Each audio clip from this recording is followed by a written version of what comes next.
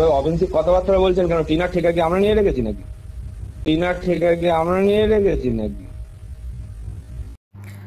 নমস্কার বন্ধুরা, welcome back to my channel. তো খুব রিসেন্টলি টিনার বয়ফ্রেন্ডের একটি ফোন রেকর্ডিং আর কি ফাঁস হয়েছে। তো সেটা আমি আপনাদের অবশ্যই শোনাবো। আমি তার আগে দুটো কথা বলতে চাই। সেটা হচ্ছে, একটা কথা আছে জানেন তো, কারুর সংসার ভেঙে কেউ কোনোদিন ভালো থাকতে পারে না। সেটা নারী পুরুষ উভয়ের ক্ষেত্রেই প্রযোজ্য। এর সব থেকে জলজান্ত উদাহরণ হচ্ছে আমাদের ওয়াইটি নিপা দেবী, ম্যান্ডির মা। দেখুন, নিপা দেবী যার সঙ্গে থাকতেন উনি কিন্তু লিভিং করতেন এবং তার কিন্তু একটা সংসার ছিল। দাদু কিন্তু আমাদের এই কথাটা বলে গেছিলেন। তো তার সন্তান ছিল, সব ছিল। তো নিপা দেবী তার সঙ্গে এতগুলো বছর উনি কাটিয়েছেন। কাটানোর পরেও কিন্তু আজ তার কোনো স্থায়ী বাসস্থান নেই। আজ তাকে এখানে ওখানে ঘুরতে হচ্ছে। এমনকি তার খুব নিজের লোক, তার মেয়ে, তার ভাই, তার ভাইয়ের বউ, তারা কেউ তাকে আর রাখতে রাজি নয়। কোথাও না মানুষের পাপ সেটা কিন্তু পিছু ছাড়ে না।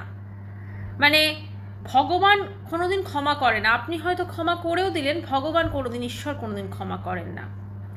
যাই হোক, ঈশ্বরের কাছে একটাই প্রার্থনা, উনি যেন অ্যাটলিস্ট শেষ জীবনটা উনি যা ভুল করেছেন সেটা যদি উনি রিয়েলাইজ করেন এবং যেন শেষ জীবনটা উনি ভালো কাটাতে পারেন। ভিডিওটা নিপা দেবীকে নিয়ে নয়, ভিডিওটা হচ্ছে আপনার ম্যান্ডির যে বয়ফ্রেন্ড, মানে যে ফোকলা নামে খুব এখন বহুল প্রচলিত, তো তাকে নিয়ে ভিডিওটা। তো তাকে কেউ একজন ফোন করেছেন এবং সেটা ফোন করে তাকে টিনার কথা জিজ্ঞেস করছে। তো সেখানে বলছে যে আমি কি ওর ঠেকা নিয়ে রেখেছি নাকি। অ্যাকচুয়ালি কি জানেন তো, মানে একটা মেয়ে যদি পরকীয়া করে, একটা মহিলা, যেটা ম্যান্ডির মা করেছে, সে কিন্তু সেই রিলেশনটাকে কিন্তু মানে কন্টিনিউ করে, সেটার প্রতি সে দায়বদ্ধতা তো সেভাবে থাকে না, তবু যেটুকু আর কি, মানে পুরো একদম নিজের যেটুকু করে। কিন্তু একজন পুরুষ মানুষ যখন কোনো মহিলাকে ইউজ করে ছুঁড়ে ফেলে দেয় না, সেটা কিন্তু যথেষ্টভাবে, মানে কি বলবো, যেখানে বিবাহিত সম্পর্কেরই আজকাল কোনো দাম নেই, তো সেখানে এরকম একটা সম্পর্কের কি দাম থাকবে, তাই না? এখন এর ক্ষেত্রে কি হয়েছে সেটা তো আমরা কেউ জানি না, বা এই ভয়েসটা যে সত্যিই টিনার বয়ফ্রেন্ড ফোকলার কি না সেটাও আমরা জানি না। তো আসুন ভয়েসটা একটু আপনারা শুনে নিন, তারপরে আমি ফিরে আসছি। আপনি আমার বাবার নম্বরে ফোন করেছিলেন। Hello hello hello, hello. কে আপনি? আপনি কে? আপনি কে বলছেন? আপনি আমার বাবার নম্বরে ফোন করেছিলেন, সেটাই আমি জিজ্ঞাসা করছি। টিনাকে চাইছেন, কে আপনি? ও, আমি একটু আগে ফোন করেছিলাম। আচ্ছা আচ্ছা, হ্যাঁ আমি একজন ইউটিউবার। ছোট ইউটিউবারটা ছোট আমার ছোট। বাড়ির নম্বরে। আপনি কি এটা জানেন না যে একটা লোকের নম্বরে মানে এইভাবে অফেন্সিভ কথাবার্তা বলছেন কেন? টিনার ঠেকা কি আমরা নিয়ে রেখেছি নাকি? কি বলছেন? টিনার ঠেকা কি আমরা নিয়ে রেখেছি? তো শুনে নিলেন ভয়েসটা খুবই বিরক্ত সহকারে কথা বলেছে। খুব স্বাভাবিক, ওকে বারবার করে ফোন করে যদি ডিস্টার্ব করে তো সেই ক্ষেত্রে এরকমই তার ভয়েস বেরোবে, এটা খুব নর্মাল একটা ব্যাপার। আমরা জানি না যে এই ভয়েসটা সত্যি আসল কি না, কারণ আজকাল কিন্তু বিভিন্ন রকম ভয়েস চেঞ্জ করা যায়, বিভিন্ন কিছু যেগুলো আমরা শুনে থাকি, বিভিন্ন মিউজিক যখন শ্যুট হয় তো সেখানে কিন্তু এভাবে হয়, ভয়েস চেঞ্জ হয়ে যায়, এই হয়ে যায়, সেগুলো অনেক কিছু করা যায়, আজকাল অনেক অ্যাপস আছে, অনেক কিছু আছে, তো সেটাও হতে পারে। কিন্তু যাই হোক, আজকে টিনা এত সুন্দর একটা সংসার ছেড়ে, দেখুন বাইরে থেকে দেখতে কিন্তু ওদের সংসারটা নর্মাল যথেষ্ট সুন্দর ছিল। টিনা যখন ব্লগ শুরু করতো না, মানে ওর ব্লগে আমরা কি দেখবো, গ্রাম্য পরিবেশ, ভালোই আমি মানছি যে হ্যাঁ ঠিক আছে, ওর ভিউজ হয়তো এখনকার মতো হতো না টিনা সন্দীপ। এখন তো সন্দীপও দেখছি কন্ট্রোভার্সি রিলেটেড, মানে টিনাকে ঠুকে ঠুকে টাইটেল দিচ্ছে। তো এইটা কি স্বামী স্ত্রী দুজন নাটক করছে না কি করছে বোঝা মুশকিল। তো এবারে ব্যাপারটা হচ্ছে, আমরা দেখার জন্য সত্যি কথা আমাদের ভালো লাগতো, কিন্তু এখন টিনার ব্লগ কি আমাদের ভালো লাগে? আমরা যদি একটু প্রশ্ন করি নিজেদেরকে, আমি তো পার্সোনালি বলবো আমার ভালো লাগে না ওর ব্লগ। কারণ ওর ব্লগে এখন আমরা যেটা দেখি সেটা অনেকেই ওর কমেন্ট বক্সে গিয়ে লিখছে ভীষণ আধো আধো কথা বল, ওর যে আচরণগুলো সেগুলো ওই বয়সে যায় না, ঠিক আছে, বাচ্চাদের মতো একটা বালক হিল্লের মতো একটা আচরণ করছে, তো সেটা কিন্তু ওই বয়সে যায় না। এখন সত্যি যদি এই ফোকলা টিনাকে ছেড়ে দেয় তাহলে কিন্তু টিনার দুর্দশার শেষ নেই। কারণ একটা, আমি জানি না ওর বিয়ে হয়েছে কি না ওখানে, কারণ কাউকে না ডিভোর্স দিয়ে কেউ কোনোদিন, মানে একটাকে না ডিভোর্স দিয়ে বিয়ে করা যায় না দ্বিতীয়বার, সেটা আমরা সবাই জানি। এখন যদি কোনো মন্দিরে হয়ে থাকে বা সেটা কিছু হয়ে থাকে বা ওর বাড়ির লোক যদি দায়িত্ব সহকারে দেয় সেটা আলাদা ব্যাপার, কিন্তু সেটার কতটা নিশ্চয়তা থাকবে বিনা রেজিস্ট্রেশনে?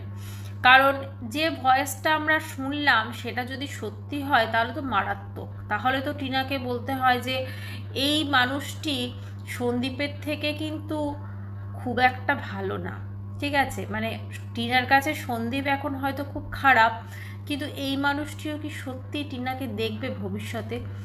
টিনার অবস্থাও কি নিপা দেবীর মতো হবে না? তো এটা খুব ভয় লাগে, জানেন তো। কারণ আজকে নিপা দেবীকে দেখছি, বিশ্বাস করুন খুব খারাপ লাগছে। উনি বিভিন্ন জায়গাতে উনি ঘুরে বেড়াচ্ছেন শুধুমাত্র, মানে কি বলবো, একটা বাসস্থানের জন্য, এবং এর বাড়ি থাকছেন, তার বাড়ি থাকছেন। খুব খারাপ লাগছে, বিশ্বাস করুন ভীষণ খারাপ লাগছে। কিন্তু ওনার আমরা যদি কাজকর্ম আগেকার, মানে ওনার পাপকর্মগুলো দেখি তাহলে তো যদি সত্যি সেই লোকটি যার সঙ্গে উনি ছিলেন, যদি সত্যি তার ফ্যামিলি থেকে থাকে, তার সন্তান থেকে থাকে, তাহলে তো অবশ্যই নিপা দেবী যেটা করেছেন সেটা অবশ্যই ভুল। আজকে দেখুন, কোনো মানুষ তার সংসারে অসুখী হতেই পারে, বিভিন্ন কারণ থাকে, সেটাতে হয়তো বনিবনা হচ্ছে না বা কিছু, কিন্তু সেই সম্পর্কটা শেষ করে তারপর একটা অন্য সম্পর্কে গেলে কিন্তু, একটা গ্যাপ নিয়ে অন্য সম্পর্কে গেলে কিন্তু এতটা অসুবিধা হয় না। আমি উদাহরণস্বরূপ, আমি এখনকার যে সেলিব্রিটি আমি তাদের কথাই ধরি। আমি শ্রীময়ী কাঞ্চনের কথা বলবো না, না, ওদেরটা আমার সত্যি কথা নোংরামো লেগেছে।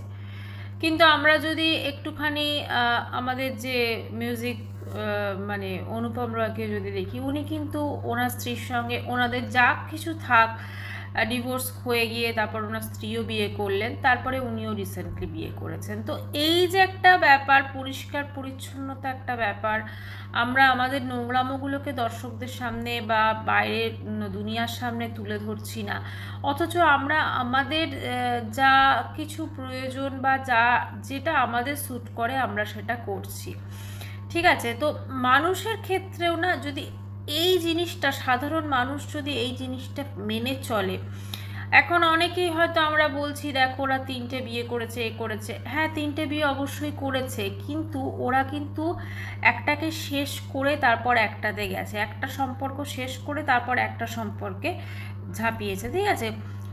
হয়তো সম্পর্কে থাকাকালীনই অ্যাফেয়ার ছিল না কি ছিল সেটা তো আমাদের সামনে আসেনি, কিন্তু তারপরে সেটাকে শেষ করেছে, শেষ করে তারপর একটাতে গেছে। আজকে টিনা যদি ওই ছেলেটির সঙ্গে সে পরকীয়া, এখন তাকে বলা হচ্ছে কি সত্যি যদি ওই ছেলেটিকে টিনা ভালোবাসতো, টিনা তার হাজব্যান্ডের সঙ্গে সত্যি কথা ডিভোর্স নিয়ে, পরিষ্কারভাবে ডিভোর্স নিয়ে, ও সন্তানের দায় বদ্ধ, মানে ও যদি সন্তানকে নিজের কাছে রাখতে, যদি নিজের কাছে, বা যদি সন্দীপের কাছে রাখতে সন্দীপের কাছে দিয়ে তারপরে যদি আজকে ওই সম্পর্কে যেত, তাহলে কারোর কোনো কিছু বলার থাকতো না।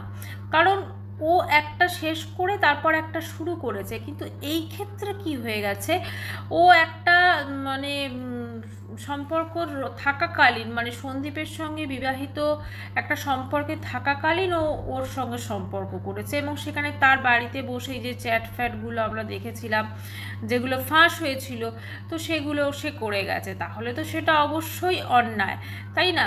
কারণ একটা সম্পর্কে তুমি ছিলে, তাহলে তো তুমি তাকে চিট করেছো, যদি সেটা সত্যি হয় তাহলে তো সে চিট করেছে অন্যকে। এখন কি জানেন তো, ঈশ্বর সব কিছু দেখতে পান, হয়তো ঈশ্বরেরই এটা কৃপা। তবে আমি একটা কথা বলবো, এখনও খুব বেশি দেরি হয়নি।